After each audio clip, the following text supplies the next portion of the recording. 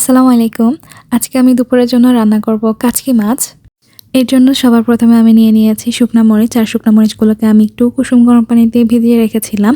এরপর আমি যে একটা হ্যান্ড ব্লেন্ডার দিয়ে ব্লেন্ড করে নিয়েছি। চাইলে কেউ পাটায়ও বেটে নিতে পারেন। আর হ্যান্ড ব্লেন্ডার থাকলে তো আরও ইজি হয়ে যায়। রান্না করার জন্য এখানে আমি দিয়ে দিয়েছি তেল, আর বেশি করে যে পেঁয়াজ দিয়ে দিয়েছি। লবণ দিয়ে একটু ভালো করে নাড়াচাড়া করে নিয়েছি। পেঁয়াজটা যখন নরম হয়ে যাবে এরপর আমি দিয়ে দিচ্ছি রসুন বাটা, এরপর দিলাম হলুদ, এখন দিয়ে দিচ্ছি যে আমার সেই ব্লেন্ড করা শুকনো মরিচ। এটা দেওয়ার পর আমার এত সুন্দর লাগছিল, মনে হচ্ছিল যে মশলাটা এখনই খেয়ে ফেলি। মশলা কষানোর জন্য আমি এখন যে একটু পানি দিয়ে দিব। আর পানিটা আমি একটু গরম পানিই ব্যবহার করছি। রান্নার মধ্যে গরম পানি ব্যবহার করলে রান্নার স্বাদটা আরও বেড়ে যায়। পানি দিয়ে আবারও ভালো করে নেড়ে-চেড়ে মিশিয়ে নিচ্ছি। আর এখন আমার মশলাটা কষানো হয়ে গিয়েছে। কাচকি মাছগুলো আমি খুব সুন্দরভাবে ধুয়ে নিয়েছি। এখন আমি মশলার সাথে মিশিয়ে ভালো করে নিচ্ছি।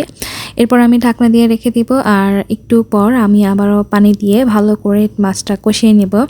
মাছটা কিন্তু বেশি নাড়াচাড়া করা যায় না কাঠি দিয়ে, হাত দিয়ে এভাবে নাড়াচাড়া করে নিলেই হয়ে যায়। এই তো আমার মাছ রেডি।